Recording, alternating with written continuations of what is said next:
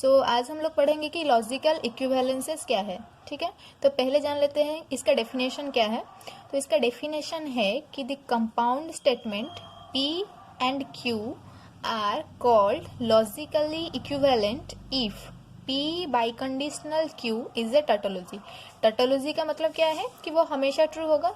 तो P and Q का जो कंपाउंड स्टेटमेंट्स होगा उसका अगर हम लोग पी बाई कंडीशनल लेंगे तो वो अगर हमेशा ट्रू होगा तो उसको हम लोग बोल सकते हैं कि वो द लॉजिकली इक्विवेलेंट।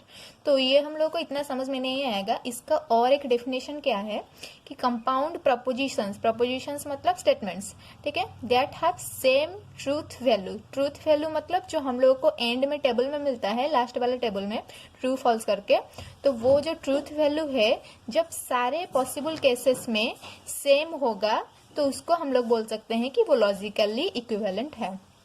तो हम लोग कैसे डिनोट करते हैं इसको कि हम लोग ऐसे 3 लाइंस देख के डिनोट कर सकते हैं। ठीक है, इसको हम लोग पढ़ेंगे P इक्विवेलेंट Q और ऐसे भी डिनोट कर सकते हैं। ठीक है, देन हम लोग देखते हैं कि जब लॉजिकल ऑपरेटर इन्वॉल्व होगा तो क्या क्या इक्विवेलेंसेस हो सकते हैं। तो पहला वाला एक है, उसका नाम है identity law. Identity, domination, associative, distributive, ये सब हम लोग पहले से भी पढ़े हुए हैं। ठीक है, 8-9 क्लासेस में भी। तो आइडेंटिटी का क्या है लॉजिकल इक्विवेलेंस में काम कि P का अगर हम लोग ट्रू के साथ एंड ऑपरेटर लेंगे तो उसका इक्विवेलेंट क्या होगा, P होगा। मतलब P का वैल्यू जो होगा ट्रू है तो ट्रू एंड ट्रू वो ट्रू ही होगा, तो P का जैसा है सेम है। अगर मुझे P फॉल्स मिलता है तो फॉल्स का अगर मैं ट्रू के साथ एंड लूंगी तो वो क्या होगा, फॉल्स होगा। मतलब P का वैल्यू जो है वही होगा। ठीक है, वैसे ही अगर मैं फॉल्स के साथ और वाला ऑपरेशन लूंगी तो मुझे P का जो भी ट्रूथ वैल्यू है वही मिलेगा सेम। तो ये होता है आइडेंटिटी। ओके, देन और एक है लॉ जो है डोमिनेशन लॉ। डोमिनेशन लॉ मतलब अगर मैं P का और लूंगी ट्रूथ के साथ तो P का वैल्यू कुछ भी हो मुझे मिलेगा ट्रू। मतलब P का वैल्यू अगर फॉल्स भी हो तो फॉल्स और ट्रू क्या मिलेगा, मुझे ट्रू ही मिलेगा। वैसे ही सेम अगर मैं फॉल्स के साथ एंड लूंगी P का तो मुझे क्या मिलेगा, फॉल्स होगा। मतलब P का वैल्यू अगर ट्रू भी हो, ट्रू एंड फॉल्स, वो क्या होगा, फॉल्स होगा। तो यहाँ पे P का वैल्यू कुछ भी के साथ, मतलब कुछ भी P का वैल्यू हो उसका अगर मैं और लूंगी ट्रूथ के साथ मुझे ट्रूथ मिल रहा है, अगर मैं एंड लूंगी फॉल्स के साथ मुझे फॉल्स मिलेगा। तो इसको मैं बोल सकती हूँ डोमिनेशन लॉ। तो ये सब हम लोग मतलब वेरीफाई भी कर सकते हैं खुद से। और क्या रूल्स होता है, और एक होता है आइडेम्पोटेंट। यहाँ पे क्या होता है, P और P वो इक्विवेलेंट है P के साथ। ठीक है, वैसे ही P एंड P क्या होता है, इक्विवेलेंट है P के साथ। फिर और एक आता है डबल नेगेशन। मतलब अगर मैं नेगेशन का फिर से नेगेशन लूं तो वो क्या होगा, एग्जैक्टली सेम हो जाएगा। मतलब अगर मैं -3 लेती हूँ वो क्या हो जाता है, +3 हो जाता है। वैसे ही यहाँ पे negation of negation P is equivalent to P। तो फिर और क्या होता है कि कम्यूटेटिव लॉ। कम्यूटेटिव लॉ में क्या होता है, अगर मैं अदला बदली करती हूँ, एक्सचेंज करती हूँ स्टेटमेंट्स में, तो मुझे सेम ही ट्रूथ टेबल मिलता है। मतलब P और Q is equivalent to Q और P, या फिर P and Q is also equivalent to Q and P। ठीक है, अगर मैं स्टेटमेंट्स का एक्सचेंज करती हूँ आपस में तो मुझे रिजल्ट मतलब ट्रूथ टेबल सेम ही मिलता है।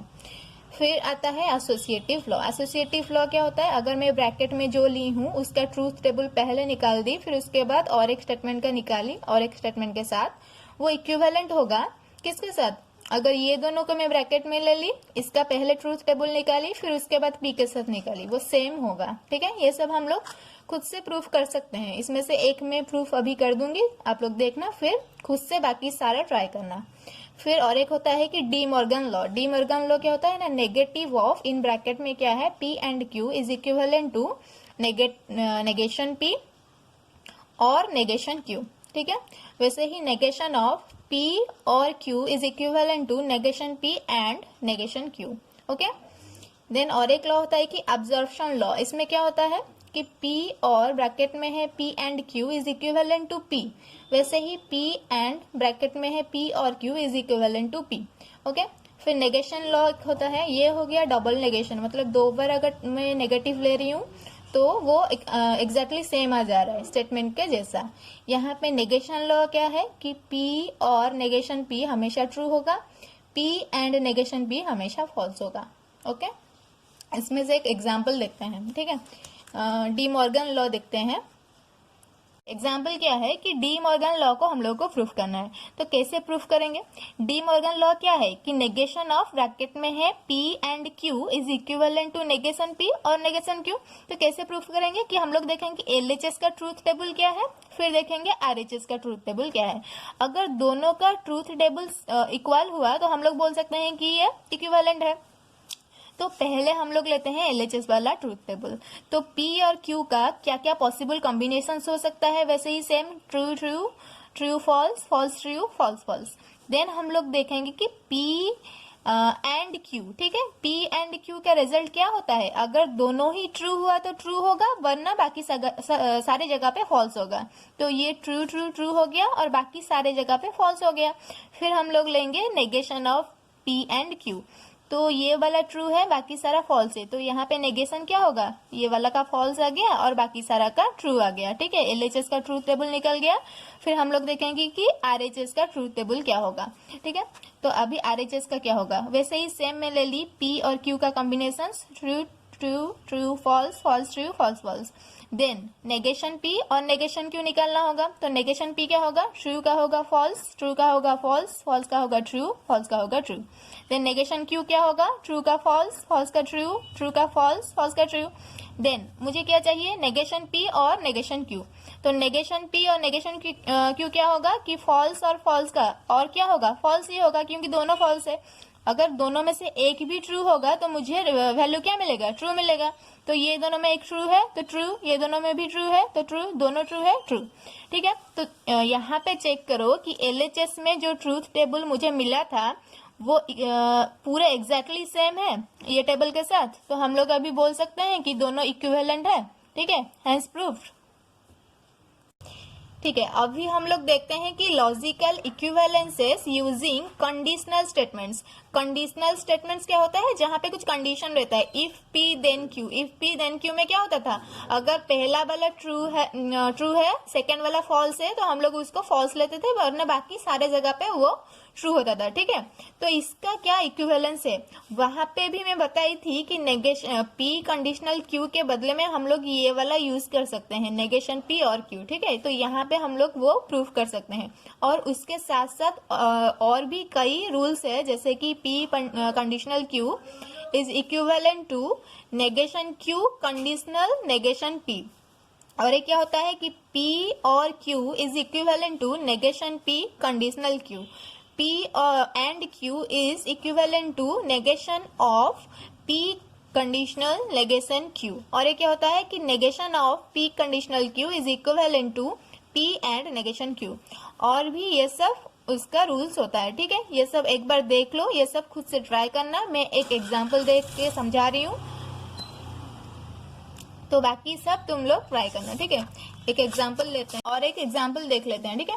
Proof that negation of P conditional Q is equivalent to P and negation Q। तो इसका पहले LHS हम लोग लेंगे, P Q का कॉम्बिनेशन ले ली, true true true false, false true, false false. Then P conditional Q क्या होगा, जब पहला वाला ट्रू और सेकेंड वाला फॉल्स होगा तो वहां पे फॉल्स होगा, वरना बाकी सारी जगह पर ट्रू होगा। वैसे ही ये वाला फॉल्स हो गया, बाकी सारी जगह पे ट्रू हो गया, तो उसका नेगेशन क्या होगा, ट्रू का फॉल्स हो गया और फॉल्स का ट्रू, देन ट्रू का फॉल्स, ट्रू का फॉल्स, क्लियर। देन RHS में क्या है, P एंड नेगेशन Q, ठीक है। तो P एंड नेगेशन Q क्या होगा कि पहले नेगेशन Q ली, ट्रू का फॉल्स, फॉल्स का ट्रू, ट्रू का फॉल्स, फॉल्स का true. Then P and negation Q क्या होगा कि ये एंड ये, ट्रू एंड फॉल्स, दोनों में से कोई भी एक फॉल्स होगा तो फॉल्स होगा, तो ये वाला false, true and true, true, false and false, false, false and false, false. तो ये जो है ये भी सेम है ट्रूथ टेबल। तो जो भी कंडीशंस ले रही हूँ मुझे ये दोनों का रिजल्ट सेम मिल रहा है, तो ये दोनों इक्विवेलेंट है, हेंस प्रूव्ड। अभी और एक कुछ पढ़ते हैं, logical equivalences involving biconditionals. Biconditionals क्या होता है कि दोनों अगर ट्रू होगा तो मुझे ट्रू मिलता है, या फिर दोनों फॉल्स होगा तो मुझे ट्रू मिलता है। मतलब जो भी वैल्यू होगा दोनों का सेम होना चाहिए तभी मुझे ट्रू मिलता है, वरना बाकी सारी जगह पे मुझे फॉल्स मिलता है। तो इसका भी कुछ रूल्स रहता है ऐसे, जैसे कि P biconditional Q is equivalent to P conditional Q bracket में एंड Q कंडीशनल P। वैसे ही P biconditional Q is equivalent to negation P biconditional negation Q। वैसे ही और भी ऐसे कई सारे हैं, ये सब भी तुम लोग देख लो, एक बार खुद से ट्राई करना। इसमें से भी एक एग्जाम्पल अभी मैं कर दे रही हूँ। ओके, देखो, to prove P biconditional Q is equivalent to negation P biconditional negation Q। इसके लिए पहले मुझे LHS देखना होगा। LHS में क्या होगा, PQ का ले ली combination, then P biconditional Q निकाली। तो जब दोनों ट्रू होगा तो मुझे ट्रू मिलता है, जब दोनों फॉल्स होगा तो मुझे ट्रू मिलता है, वरना बाकी सारे जगह पर फॉल्स ही मिलेगा मुझे। देन RHS में क्या है कि negation P biconditional negation Q। तो क्या होगा कि नेगेशन P निकालना होगा, नेगेशन Q निकालना होगा, देन उसका बाई कंडीशनल। तो P का नेगेशन P क्या होगा कि ट्रू का फॉल्स, ट्रू का फॉल्स, फॉल्स का ट्रू, फॉल्स का ट्रू।